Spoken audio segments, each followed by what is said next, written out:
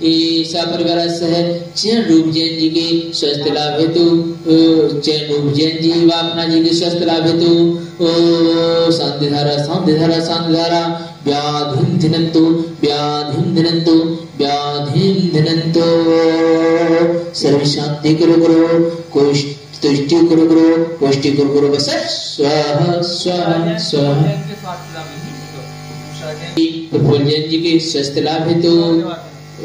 इंदौर निवासना के स्वस्थ लाभ हेतु शांति धारा शांति धारा शांति धारा शांति धारा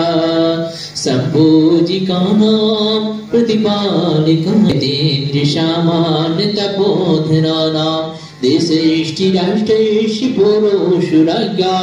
करोतु शांति भगवजिनेन्द्रं करोतु शांति भगवजिनेन्द्रं करोतु शांति भगवजिनेन्द्रं करोतु शांति।